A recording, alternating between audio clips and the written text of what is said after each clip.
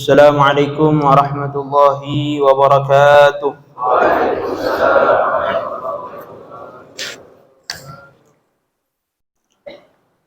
Alhamdulillahilladzi a'ta kulla syai'in khalqahu thumma hada ana Muhammad munjil anami minar rada wa ala alihi wa sahbihi wa man bihadihi muqtada. Amma ba'du. Yang saya hormati para masyayikh, para asatidz, para tokoh masyarakat yang saya tidak bisa sebutkan namanya satu persatu. Yang saya hormati segenap pengurus Ikatan Alumni Santri Sidogiri wilayah Surabaya. Yang saya hormati segenap pengurus takmir masjid. Yang saya hormati para alumni sekalian dan hadirin.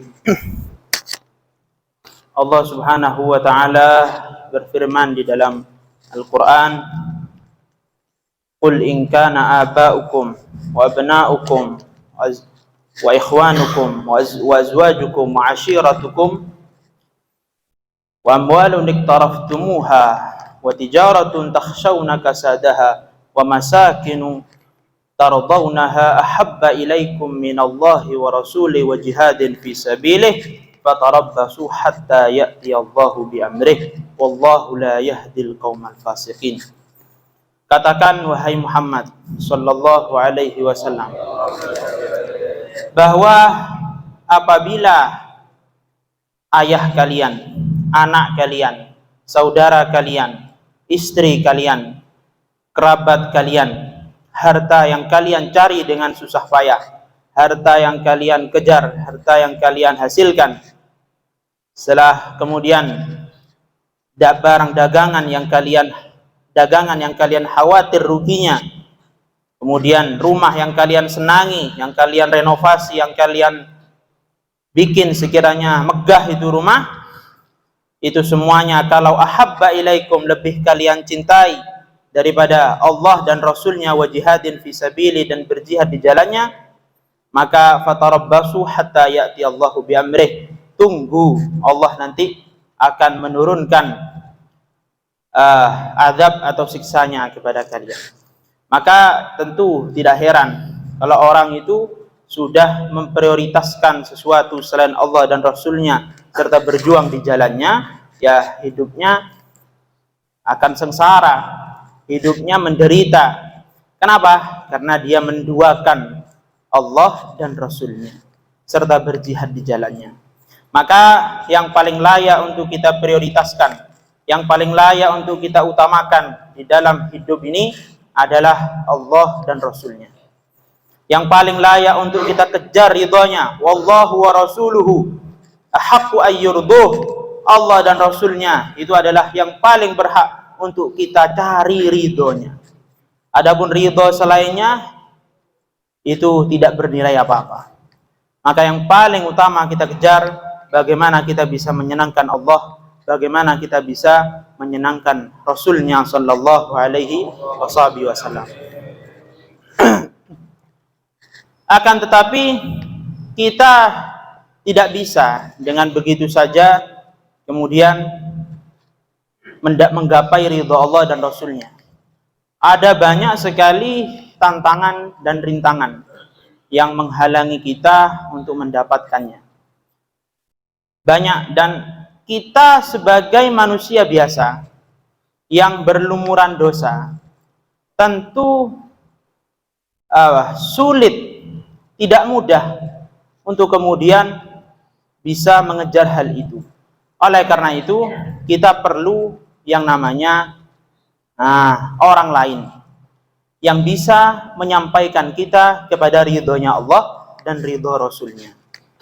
Karena kita tidak bisa kalau sendirian, perlu bersandar kepada para salihin, bersandar kepada para aulia, sehingga berharap barakah dari mereka kita bisa meraih ridha Allah dan ridha Rasulnya. Oleh karena itu dikatakan bahwasanya ma ta'abbada muta'abbidun bi akthar min tahabbub ila awliyaillah bima yuhibbuna. Dikatakan bahwasanya ma ta'abbada muta'abbidun. Tidaklah seorang hamba itu beribadah dengan ibadah yang kualitasnya itu lebih besar daripada tahabbub ila auliyaillah, mencari ridha dan mencari mahabbah dari para auliyaillah, dari para walinya Allah. Orang itu kalau sudah mendapat ridhonya para wali, ini adalah suatu keberuntungan yang luar biasa. Dan itu bisa menjadi cara dia mendapat ridha Allah dan ridha Rasulnya. Maka suatu hari datang seorang lelaki kepada Imam Abu Yazid Al-Bustami. Beliau datang lalu bertanya, "Dullani ala amalin ataqarrubu bihi ila Allah." Tunjukkan aku suatu amal yang mana dengan amal itu aku bisa mendekatkan diri kepada Allah. Tunjukkan aku suatu amal di mana dengan amal itu aku bisa mendekatkan diri kepada Allah. Maka beliau menjawab, ahibba awliya Allah. Cintailah para wali Allah. Cintailah para wali Allah. Kenapa? Karena Allah Subhanahu wa ta'ala yanzur ila qulubi awliya'i. Allah Subhanahu wa ta'ala akan melihat, mandang kepada hati para walinya. Bisa jadi la'allahu, bisa jadi ketika Allah melihat kepada hati para wali, di situ Allah melihat ada namamu di dalam hati para wali tersebut, fayaghfirulak, sehingga Allah memaafkan, mengampuni dosa-dosamu. Nah, kita hadir sekarang di KSB ini, kita mengikuti kegiatan-kegiatan di IAS, terutama yang giat dalam berkhidmah, itu kan semuanya tidak lain dan tidak bukan adalah tahabbub, mencari mahabbah, mencari ridho daripada para masyayikhnya. Maka berharap dengan demikian, kelak nanti di akhirat, ketika Kiai Khalil, ketika Kiai Nawawi bin Abdul Jalil, ketika Kiai Abdul Alim bin Abdul Jalil, dan masyayikh yang lain dibangkitkan oleh Allah, Allah melihat dalam hati mereka, oh ternyata di sini, di hatinya ada alumni PW, ada alumni Surabaya, kan gitu. Ada alumni wilayah Surabaya. Ya kan itu yang kita harapkan. Barokah itu di dalam hati Kiai Khalil, ada alumni Surabaya, saya ampuni dosa-dosanya. Akan itu yang kita harapkan bersama. Nah, maka dengan tahabbub ini dengan apa? Tahabbub ila auliyaillah bima yuhibbuna, dengan sesuatu yang mereka senangi. Maka al-adab fil khidmah itu ahammu minal khidmah. Adab dalam berkhidmah itu lebih penting daripada khidmah itu sendiri. Maka orang kadang inginnya niatnya khidmah, tapi caranya keliru. Karena apa? Tidak ada adab dalam berkhidmah. Karpet-hibi. Karpet-hibi kat bahasa Inggrisnya.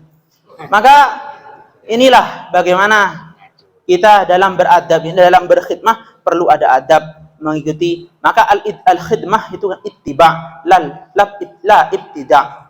Maka khidmah itu adalah ittiba, anut kepada perintah, sesuai dengan aturan. La ibtida, bukan buat-buat sendiri. Maka al-adab fil khidmah, adab dalam berkhidmah, ahammu minal khidmah, itu lebih penting daripada khidmah itu sendiri. Ya, kalau tahabbub, niatnya tahabbub, mencari ridho, mencari mahabbah daripada para masyayikh, tapi tidak bima yuhibbuna, tidak dengan sesuatu yang mereka senangi, yang mereka ridhoi, ya dia percuma. Bukan tahabbub itu namanya. Itu mencari murka itu namanya, bukan mencari mahabbah. Nah, sehingga inilah kita harapkan. Di dalam tafsir Al-Bahrul Madid karya Imam Ibnu Ajibah, di situ ketika menafsiri ayat yauma yad'u kulla unasim bi imamihim, beliau menjelaskan bahwasanya kelak manusia itu akan dipanggil oleh Allah bi imamihim, dengan pemimpin mereka. Panggilan pertama itu adalah para nabi dengan para umatnya. Wahai umat Nabi Musa, wahai umat Nabi Isa, wahai umat Nabi Ibrahim, dan seterusnya. Dipanggil satu persatu, dipanggil dengan pemimpin mereka. Yang kedua adalah panggilan antara syekh, antara para wali Allah dengan orang yang mengikuti mereka. Orang yang mengikuti jejak langkah mereka. Orang yang suhbah, yang khidmah kepada mereka akan dipanggil, ya ashab ya Khalil bin Nawawi, ya ashab ya Abdul Alim bin Abdul Jalil, itu dipanggil. Mereka dipanggil bi imamihim, dengan imam mereka. Jadi setelah panggilan pertama itu adalah para nabi dengan para umatnya, panggilan kedua adalah para aulia Allah, para masyayikh dengan orang-orang yang mengikuti mereka. Maka bagaimana mereka masuk, bergabung bersama mereka, bergabung di bawah panji mereka menuju surganya Allah Subhanahu wa taala. Yang golongan yang ketiga adalah orang yang tidak ikut para wali Allah, akan tetapi dia adalah orang yang selamat karena dia orang yang taat kepada Allah. Disebut ashabul yamin. Nah, mereka tidak suhbah, tidak khidmah, tapi taat. Ya mereka sama, selamat juga masuk surga, tapi derajatnya berada di bawah orang yang kumpul tadi bersama para wali Allah. Yang terakhir, wa na'udzubillah min dzalik, jangan sampai kita menjadi bagian yang terakhir ini, adalah orang-orang yang tidak selamat, yang mana disiksa, dimasukkan ke dalam neraka oleh Allah Subhanahu wa taala. Maka inilah yang kita harapkan, dengan terus suhbah, menjaga silah, menjaga hubungan dengan para masyayikh, dengan para wali-wali Allah, dengan para salihin, kita berharap kelak dikumpulkan di akhirat bersama mereka. Maka man sahibal akhyar kana minal akhyar wa in kana minal asyrar. Barang siapa selalu kumpul bersama orang yang baik, dia akan digolongkan oleh Allah dengan orang yang baik, walaupun dia itu tergolong orang yang buruk. Wa man sahibal asyrar kana minal asyrar wa in kana minal akhyar. Dan barang siapa yang kumpulnya terus bersama orang yang buruk, dia digolongkan dengan orang yang buruk, wa in kana minal akhyar, walaupun dia itu tergolong orang yang baik. Maka ini yang kita harapkan, dengan terus suhbah, dengan terus silah. Kita ini apa yang bisa kita andalkan? Tidak ada. Yang bisa kita lakukan adalah nyenden, bersandar kepada para mereka, para salihin, para aulia Allah. Kita berharap dengan suhbah, dengan silah, menyambung hubungan dengan mereka, kita tergolong berada di dalam golongan mereka, berada di dalam barisan mereka. Maka semoga kita semua kelak nanti di akhirat diakui sebagai santri oleh para masyayikh, para aulia Allah. Amin ya rabbal alamin. Para hadirin dan alumni sekalian yang saya hormati, sangat penting dalam setiap organisasi adanya ta'awun, adanya tolong menolong. Kalau para alumni sekalian menilai bahwasanya kegiatan di IAS, kegiatan yang diadakan oleh Pondok Pesantren Sidogiri itu adalah hal yang baik, maka seyogyanya sebagai seorang mukmin itu juga mengajak saudaranya, menginginkan saudaranya agar mendapat kebaikan tersebut. Bukankah demikian? Telah masyhur dalam hadis disebutkan, la yu'minu ahadukum hatta yuhibba li akhihi ma yuhibbu li nafsihi. Tidaklah beriman salah satu dari kalian sampai kalian senang teman kalian dapat kebahagiaan atau sesuatu yang membahagiakan kalian. Kalian senang semisal hadir kepada majelis semacam ini, maka kita juga ajak saudara kita, terutama saudara kita di IAS sendiri, saudara sesama alumni, karena sama alumni adalah saudara, kan demikian. Maka kita ajak juga, tapi ya tentu dengan adab, tentu dengan lembut, karena kita mengajaknya bukan karena apa, bukan karena kepentingan apapun, tidak ada. Kita hanya karena cinta, karena sama alumni ada ikatan ukhuwah, ada ikatan persaudaraan, maka ada ikatan cinta di situ. Nah, kita mengajak yang belum bisa hadir, kita ajak dengan baik-baik, dengan adab, bagaimana sekiranya bisa bergabung bersama kita di kegiatan ini. Karena itulah bentuk ta'awun. Kalau kita menilai bahwasanya majelis ini baik, ya kita ajak orang lain, terutama saudara kita, untuk hadir kepada majelis semacam ini. Maka dikatakan bahwasanya alumni yang tidak memondokkan keluarganya, terutama anaknya di pesantrennya atau di pesantren, ini adalah alumni yang menyesal kenapa dulu mondok, kan demikian. Kenapa? Karena kalau memang dia menilai bahwasanya mondok itu baik, bahwasanya hadir ke majelis semacam ini baik, kan mesti diajak orang yang dia cintai. Kan demikian. Mau ke rumah makan, nanti ya, mau ke rumah makan yang enak, misal masakannya enak, maka kan ingat ke anak. Maka anaknya diajak, ayo ikut ke rumah makan, kita makan bareng. Kenapa? Cinta kepada anaknya. Temannya diajak, ditraktir temannya. Keluarganya diajak yang lain. orangnya mungkin diajar dan seterusnya. Maka kalau kita menilai bahwasanya mondok itu baik, pasti anaknya yang dia cintai pasti akan dimondokkan pula. Kan demikian. Pasti akan dimondokkan pula. Kenapa? Karena dia menilai bahwasanya mondok itu baik. Sama dengan orang mau ke rumah makan, makanannya enak, makanannya mahal, mewah semisal, maka dia akan ajak anaknya, ayo kita makan bareng. Maka begitu juga kalau kita memang saudara, kalau kita memang saling mencintai satu sama lain fillah karena Allah Subhanahu wa taala, maka hendaknya kita ta'awun, saling membantu, saling mengajak, tawasi bil khair, saling berwasiat dengan kebaikan. Kita ajak saudara kita untuk hadir kepada kegiatan semacam ini. Para hadirin yang saya hormati, para alumni, diceritakan dulu itu Syekhona Khalil Bangkalan punya 2 murid. Ada 2 murid dari Syekhona Khalil Bangkalan. Syekhona Khalil berkata kepada salah satunya, anggaplah kita Zaid Umar lah, karena tidak disebutkan namanya. Zaid, saya pengen kamu ini haji. Zaid, saya pengen kamu ini haji. Zaidnya saat itu namanya santri, ya sederhana dan tidak punya biaya untuk haji. Tidak punya biaya untuk haji. Tapi apa? Karena yang merintah adalah gurunya, dia yakin kepada gurunya, pasti kalau guru saya merintah di situ ada hikmah. Maka dia langsung terima, siap. Siap, panjenengan pengen saya haji, siap. Padahal saat itu dia adalah orang yang biasa, tidak punya harta yang banyak, tidak. Kemudian manggil Umar, sini Umar. Saya pengen kamu berangkat haji. Umarnya kepikiran, utang sudah banyak, kan begitu. Utang numpuk, kemudian bayar utang saja tidak bisa, apalagi biaya untuk haji. Sompek, akhirnya, yang lain saja ini. Kalau soal gini nih, tidak bisa saya. Mungkin diperintah yang lain. KSB dah bisa. Tapi kalau haji gini tidak bisa, karena biayanya tidak ada. Kalau KSB gini ya bensin tok paling. Bisa lah. Apalagi baca waqiah kan nanti kan. Doanya kan luar biasa. Allahumma jma' baini wa baina al-amwalil katsira, sudah. Doanya ini selama saya hadir KSB ya, itu saya pertama kali dengar doa barusan itu dari PW Surabaya ini. Alhamdulillah. Doanya menggetarkan jiwa.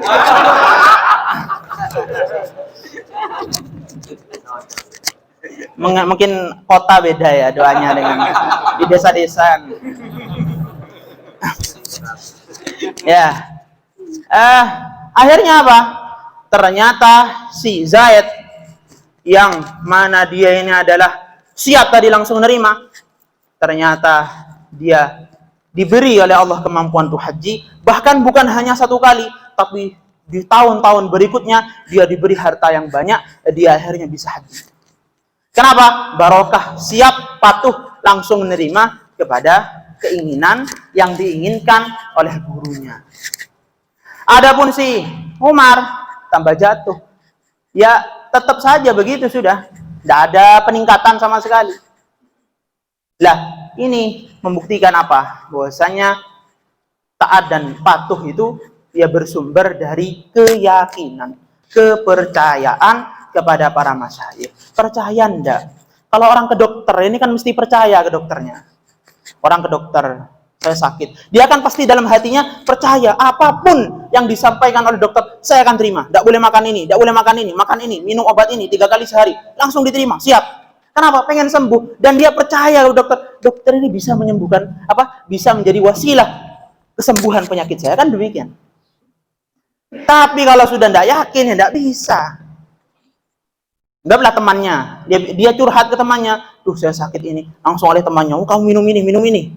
Diberi, padahal temannya dia tidak pernah tahu, temannya sekolah kedokteran tidak pernah tahu, tapi langsung diberi obat oleh temannya, tidak percaya. Bahkan kecil kemungkinan dia laksanakan itu, 0,000%, 0,1%. Dia lakukan itu resep dari temannya. Kenapa? Tidak percaya, tidak ada titelnya. Dokter ada titelnya, percaya dokter masih spesialis lagi, percaya. Maka taat dan patuh itu dari kesungguhan kita butuh enggak? Kita butuh ndak, pengen sembuh ndak, dan kepercayaan kita kepada yang kita minta tadi itu, maka akan patuh. Tapi kalau ndak percaya, aduh apalah, disuruh ini, disukai SB lagi. Berarti kan sudah gak ada kepercayaan kepada para masyaykhnya. Gak ada kepercayaan. Ya sudah, kalau begitu mau dijungkir balik gimana ya, ndak mungkin taat, ndak mungkin bisa patuh, dan ndak bisa diajak gabung. Maka itu sumbernya. Kita percaya ndak, dan seberapa butuh kita. Dan seberapa butuh. Ya laksan dokter itu sudah penggambaran, guru sebagai dokter itu sudah penggambaran yang paling pas. Maksudnya di situ kita butuh. Kita nggak dokter kan butuh mesti. Nggak mungkin pengen ngopi ngobrol, nggak ada. Ada apa kesini? Pengen ngobrol saya, nggak ada gitu. Ya ke psikolog kan gitu, ngobrol, bukan ke dokter. Pasti dia butuh, dan ada kepercayaan kepada dokternya. Kan demikian. Demikian juga seorang murid kepada guru. Dia butuh, saya ini sakit, saya tidak tahu apa-apa, saya ini hati saya dipenuhi penyakit, saya pengen agar dibersihkan, saya pengen agar bersih, saya pengen agar selalu tunjukkan, dibimbing dalam menjalani hidup. Ini kan begitu. Nah, ketika sudah butuh, percaya kepada syekhnya, percaya kepada gurunya, maka ditunjukkan kamu gini, matuh dia. Sama dengan Zaid tadi kepada Syekhana Khalil, dia percaya dan merasa butuh kepada Syekhana Khalil, makanya patuh. Tapi yang Umar tidak, dia mikir, duh, mana ini dan ini, masih banyak kepikiran. Kenapa? Tidak ada sidik, tidak ada kepercayaan, tidak ada thiqah dengan gurunya. Hadirin sekalian, para uni yang saya hormati, saya kira ini saja yang bisa saya sampaikan, sedikit namun semoga bermanfaat. Semoga dengan barokah kita taat, barokah kita khidmah, kebutuhan kita, hajat kita di dunia dipenuhi oleh Allah, kita diberikan rezeki yang lancar, halal, barokah. Di akhirat kita dikumpulkan kelak bersama para masyayikh. Amin, amin, ya rabbal alamin. Saya kira ini saja. Saya tidak ada niat sama sekali menggurui. Tidak ada, saya hanya imtithal lil amr. Saya hanya mentaati perintah saja. Wal afwa minkum, kurang lebihnya saya mohon maaf. Assalamualaikum warahmatullahi wabarakatuh. Teman-teman